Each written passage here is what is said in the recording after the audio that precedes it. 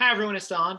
In this Saucier Lab Journal, things are a little bit different. As the semester ends, I have 4 questions that undergraduates have asked me to answer to kind of get inside this head of mine. So I'm going to answer these questions and it's going to be awesome. So the first of these questions, in what ways have I surprised myself this past year?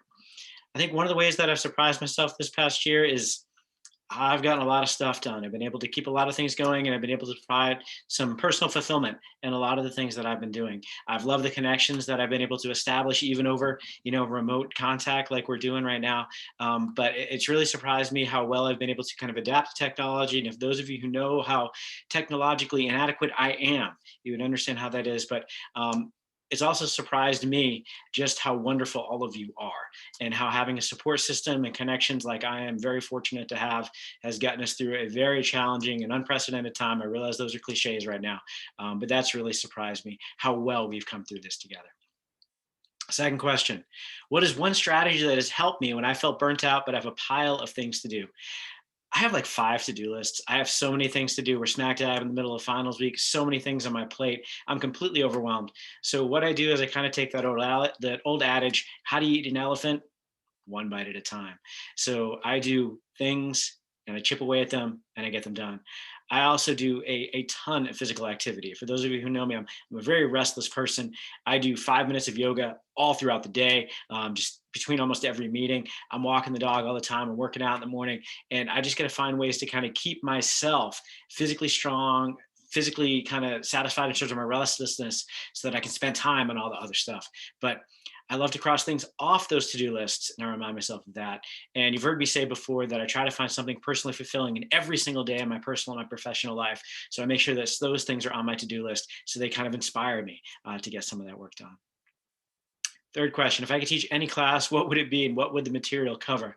I love this question. It would be the psychology of the apocalypse.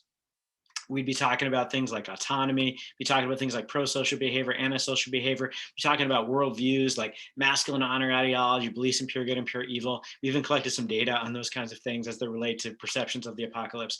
But I think it's a really kind of wonderful thing to think about if society were to crumble, if a lot of the support systems that we have in terms of our technology and our infrastructure were not to be there, how would we adapt and what would we be? So it would really be kind of a course on human nature and what we think that is. I would love to teach that course. And if I ever have an opening in my slot to be able to do that, maybe look forward in the course catalog. But for now, I haven't had the opportunity to teach that course. But that's what it would be, psychology of the apocalypse. Look forward to it. The fourth, what movie quote speaks to you right now?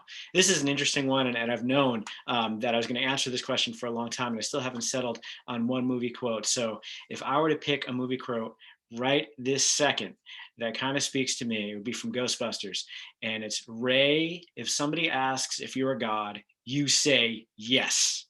And the reason that this speaks to me right now is that sometimes we have to be more than we think we can be. Sometimes we have to do things that exceed our ability. Sometimes we have to go beyond the limitations that we put on ourselves. And I think one of the ways that we've been able to come through this past year as successfully as we have, as surviving as we have, even if we're not always thriving, I think he's basically saying that sometimes we're put in that challenge, the answer has to be, I can do this. So those are my answers to those questions. I love those questions, and I can't wait to see all of you in our end of lab meeting this coming Friday morning. So until then, I hope all is well.